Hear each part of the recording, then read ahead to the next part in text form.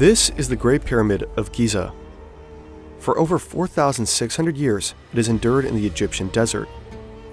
For most of human civilization, it was the tallest building in the world. It was built to last for eternity because it was meant to house a god. It has survived earthquakes, erosions, and wars, countless plunderers, British explorers blasting their way in with dynamite, even Mr. Beast. Someone 4,500 years ago put this rock right here.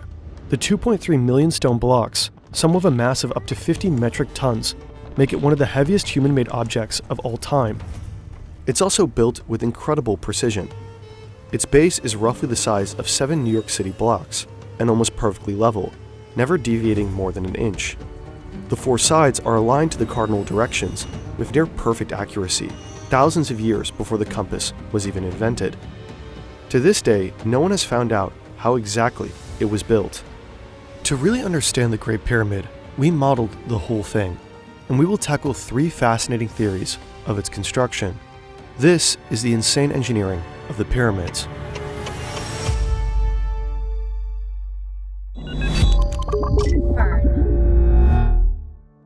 This is Khufu, a pharaoh of ancient Egypt.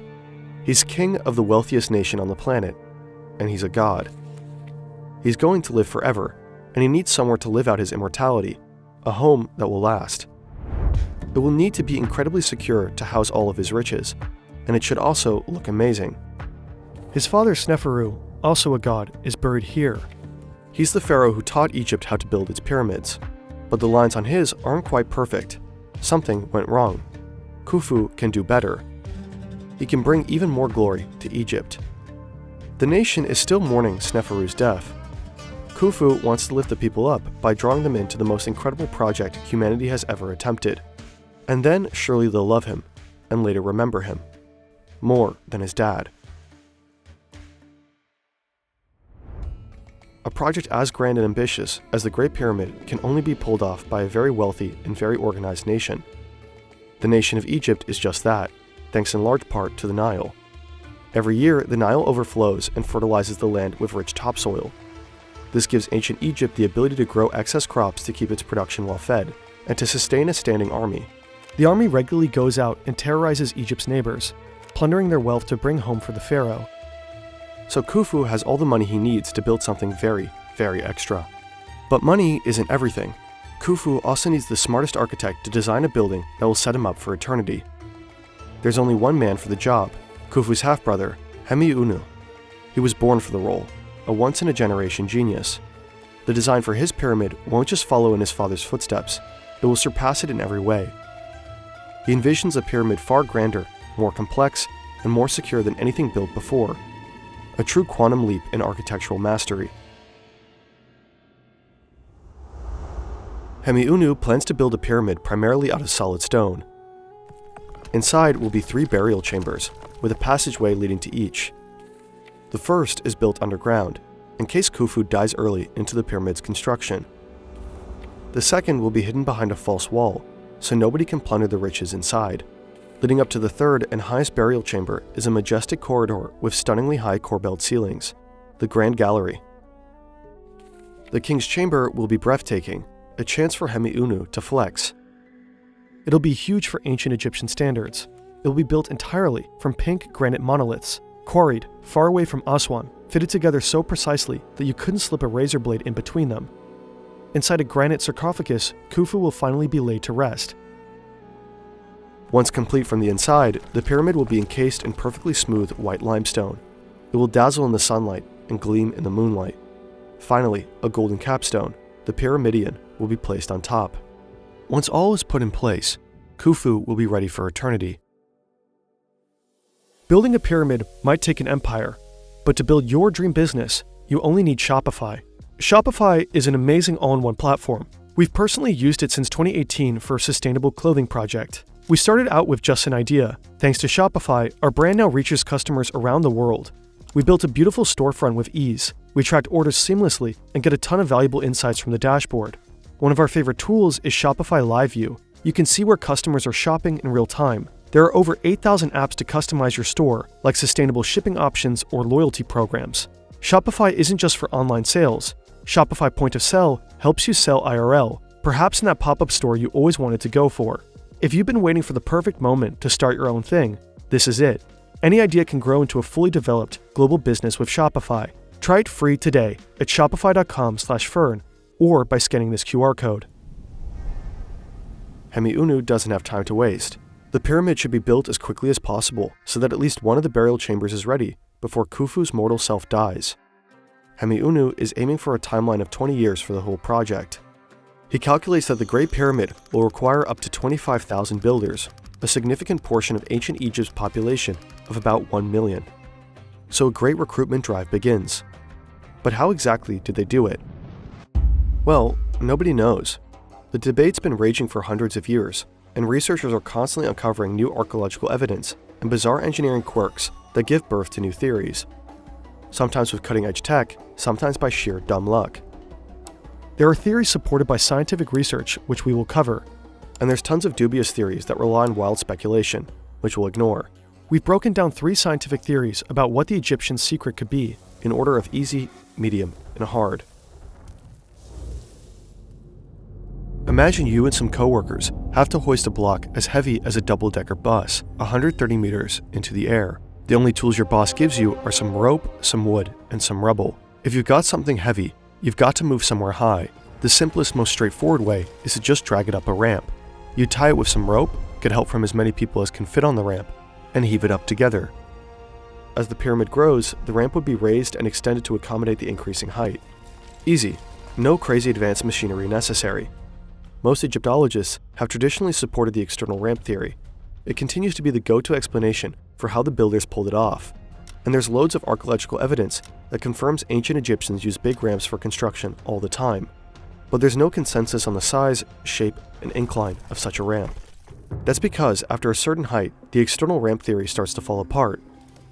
To move a 2-ton block up a slope, you need a team of about 12 workers.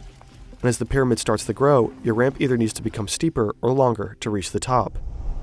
You're going to want that incline to be as gentle as possible, otherwise the job is too intense and workers will start dropping like flies. The remains of the workers suggest most were in decent but not spectacular health. These were everyday people, not super elite athletes.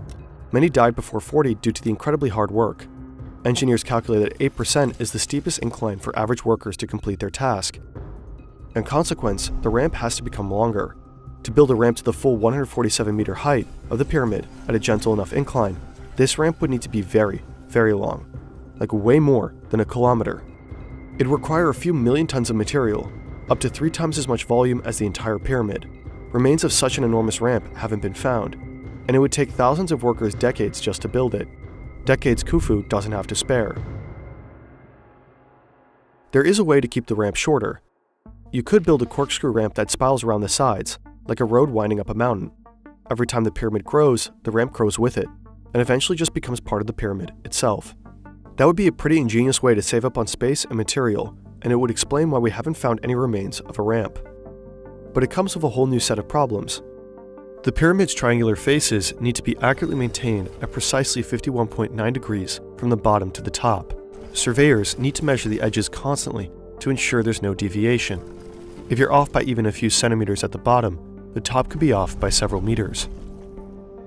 Since the spiral ramp blocks your sight, it's almost impossible to ensure that all the lines of the pyramid are actually straight, which would leave you with a crooked pyramid at the end.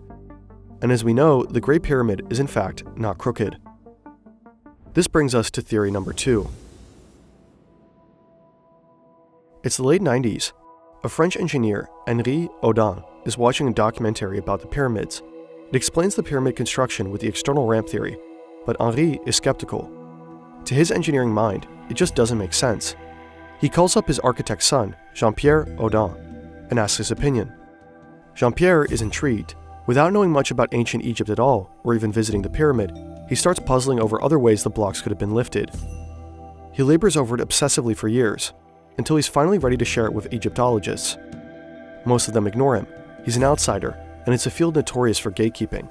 A French guy who knows nothing, because there is no evidence. But his theory has since gained traction, because Audin has put himself into the shoes of Hemiunu, thinking through every last detail.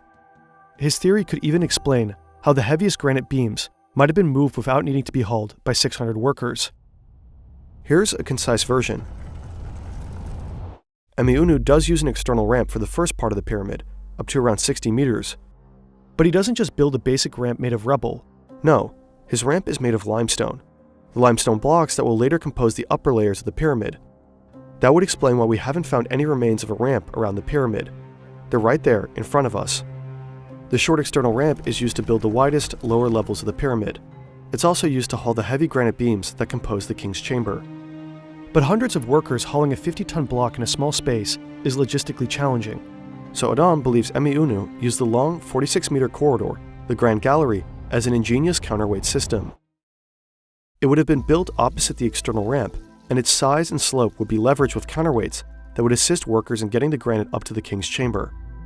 The Grand Gallery is a weird space in the Great Pyramid. It has details that puzzled archaeologists for a long time, like why it's so tall, so narrow, and why it has stone benches running along the inside. Odam believes the Grand Gallery helps move impossibly heavy stones by functioning like a railroad track. The stone benches are actually the rails for carts on wooden rollers. Remember, no wheels. Essentially, a huge granite block at the bottom of the external ramp would be attached with a rope to a trolley car loaded up with heavy blocks at the top of the Grand Gallery.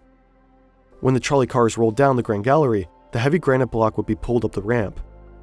There's even evidence of scuffing from the repeated impact of something heavy in the Grand Gallery, so it's a possible explanation of what this unique corridor was used for.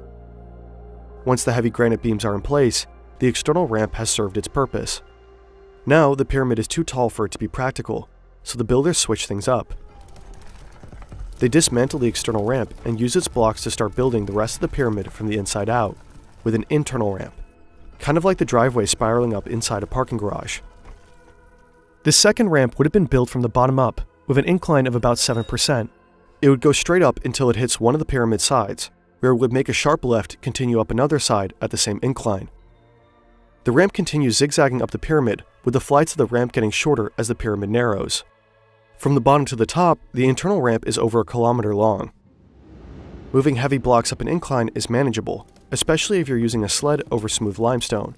But each time the ramp turns a corner, the workers have the enormously difficult task of pivoting the heavy stones. Odam calculates the ramp had to be less than 3 meters wide, and the workers would have needed somewhere to stand to turn the block. So he proposes that at the end of each flight of the ramp, there must have been a big space left open for the workers to turn the block, possibly with the help of wooden levers or cranes. The empty spaces would also be a nice place for the workers to catch their breath. And there's actually evidence of one of these spaces. There's a previously unexplained notch that corresponds to Odam's predictions for what the spaces would look like, about 83 meters up the pyramid. Odam's theories about the Grand Gallery and the internal ramp offer viable solutions to two of the pyramid's biggest mysteries: how 2-ton blocks were lifted so high, and how 50-ton beams were moved without the space for the hundreds of workers needed to haul them. But if he's right, the ramp's design would have been highly complex. Its path would have to be designed with great care to avoid intersecting with any passageways or chambers within the pyramid. Critics of his theory are either unconvinced that its construction is supported by archaeological evidence, or wave off the internal ramp as overcomplicated. Many suggest the external ramp theory is likelier because it's simpler, but ancient Egyptian workmanship exhibits extraordinarily high levels of precision in so many aspects. Why not also apply this ability to a highly sophisticated ramp design?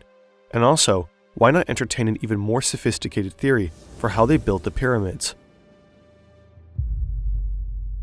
In 2024, a flurry of newspaper articles announced that the mystery of the pyramids was finally solved, thanks to brand new archaeological evidence. As it turns out, the Nile might just be the key to the mystery of how the pyramids were built. Nowadays, the Giza Plateau lies in an arid strip of the Sahara Desert, kilometers away from the lush banks of the Nile. But during the time that the pyramids were built, the landscape may have looked very different. A 2024 study combined radar satellite imagery with deep soil coring techniques. This way it identified what appears to be a long-lost branch of the Nile flowing alongside the majority of the pyramids. The pyramid builders probably used this branch to move heavy stones straight to the pyramid base, instead of dragging them all the way from distant quarries. More than plausible that the builders used the Niles to transport the blocks horizontally. But what about vertically? Another peer-reviewed study from 2024 offers a fascinating theory. It proposes a radical and controversial idea. The ancient Egyptians might have used hydraulic power to raise heavy stones. In other words, a water-powered elevator. The idea of such an elevator is not new, but for a long time, credentialed Egyptologists considered such theories fringe and unscientific, just speculations cooked up by pyramidians. They might sound cool, but there was zero evidence to actually support them. Until, perhaps, now. The researchers, including hydrologists, mechanical engineers, and geographers, found evidence that the earliest Egyptian pyramid could have been built using a floating wooden elevator capable of raising heavy stones with far less human labor. The water elevator would have worked something like this. Rainfall and floodwater would be collected into a nearby structure that functions as a dam. A system of underground conduits guides that water into a shaft running from underneath the pyramid up through its central axis, kind of like a volcano. This internal shaft is where all the upward movement is generated. Within the shaft, floating on the water's surface, is a heavy wooden platform, which workers would load up with heavy stones from the ground level. Then they'd open and close valves near the bottom of the shaft, which would feed in or drain out the water. Manipulating the water levels in this way would raise and lower the wooden platform like an elevator. It could raise the platform to heights of at least 17 meters. Then workers would unload the stones and construct the pyramid from the inside out. The study's lead author claims his theories could also help explain why later ones aren't as large as the Great Pyramid. As the climate dried out of the region over time, builders couldn't have captured enough water for a hydraulic lift system. They'd have to rely on human strength to lift heavy stones. So does this theory hold water? Experts are mostly skeptical. Zahi Hawass, a leading figure in Egyptology, says the theory is completely wrong. The pyramid in the study is not only smaller than Khufu's Great Pyramid, but differs structurally and was built of far lighter stones. So if Khufu's pyramid were built with some kind of water elevator, it would have to be bigger and perhaps more complex. So far, no comparable shaft is known to exist in the Great Pyramid. Ramps, however, are found all over archaeological excavations of ancient Egypt. So the most common theories continue to put forward some sort of ramp as the dominant construction model. There are other potentially viable scientific theories that try to solve pieces of this puzzle. One expert we spoke with suggests multiple smaller ramps from all sides to cut down on construction time. But to this day, there is still no generally accepted theory for how they did it. In any case, it's good to be wary of all the claims coming out about finally solving the mystery. Everyone wants to be the one to definitively figure it out. The Great Pyramid is the last of the 7 wonders of the world we have left. It's so old, even Cleopatra considered it ancient. But even though they've been around thousands of years, it's actually very strange we haven't found any blueprints for the pyramids.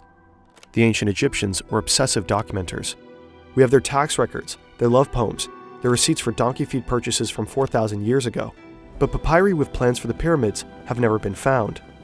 Whether the plans were lost, hidden, or intentionally destroyed, we don't know. But what we do know, and what science might be at the brink of confirming, is already very incredible. In 2017, scientists discovered a mysterious void in the Great Pyramid using cutting-edge particle physics. Researchers have yet to access these spaces. Some archaeologists believe the big void isn't so mysterious, that it's probably just structural, built as a stress-relieving spaces so the inner chambers wouldn't collapse. Some believe it helped refine Udon's theory of the Grand Gallery counterweight system. Others, including Egypt's top archaeologist, Zahi Hawass, suggest the void might be Khufu's real burial chamber. Because that's the other great unsolved mystery of the pyramids. Khufu's mummy and all of his treasures have never been found. Whatever it's for, the big void reveals there's a lot more investigation needed to fully understand the Great Pyramid.